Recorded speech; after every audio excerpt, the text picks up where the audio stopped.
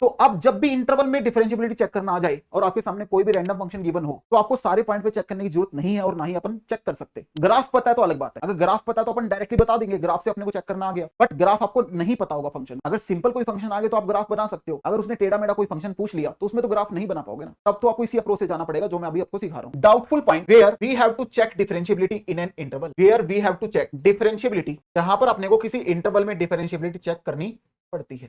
सबसे पहला पॉइंट आता है क्या, जैसे कि अपन ने कंटिन्यूटी में भी लिखा था, जिस x पर या जिस पॉइंट पर फंक्शन अपनी डेफिनेशन चेंज करता है। जैसे x 1 से छोटे के लिए फंक्शन का डेफिनेशन अलग था, 1 से बड़े के लिए फंक्शन का डेफिनेशन अलग, तो 1 पर आप डेफिनेटली उसकी डिफरेंशियबिलिटी चेक करोगे, उस पर नॉन डिफरेंशियबल होने के चांसेस ज्यादा हैं। Point where fx changes its definition, fx changes its definition, यानी जहां पर फंक्शन अपना डेफिनेशन चेंज करेगा उस पॉइंट पे आप चेक। जैसे कई बार ऐसा होता है ना यार, fx बराबर x² होगा अगर x का वैल्यू 1 से छोटा है, और ये e की पावर x होगा अगर x का वैल्यू 1 से बड़ा है उसके बराबर, तो यहां पर 1, तो आप 1 पे चेक करोगे। और कौन से डाउटफुल पॉइंट होते हैं, जैसे यार आपके सामने रैंडम एक गंदा सा फंक्शन आएगा, जैसे वो आपको बोल देगा कि sin x अपॉन में e की पावर x है, या फिर e की पावर x प्लस 1 अपॉन में cos स्क्वायर x है, ऐसे कोई रैंडम फंक्शन आएगा, तो आप क्या करोगे, ये देखो ये जो फंक्शन है ये sin x और e की पावर x से मिलकर बना है, ये जो फंक्शन है ये e की पावर x प्लस 1 और cos स्क्वायर x से मिलकर बना है। The point where involved functions, जैसे यहां पर देखो ये दोनों फंक्शन इन्वॉल्व है, यहां पर ये दोनों फंक्शन इन्वॉल्व है, आर डिसकंटिन्यूअस, ऐसे पॉइंट जिस पे इन्वॉल्व्ड फंक्शन डिसकंटिन्यूअस हो रहे हो, या फिर नॉन डिफरेंशियबल एंड अनडिफाइंड, उन x पर भी आप चेक करोगे।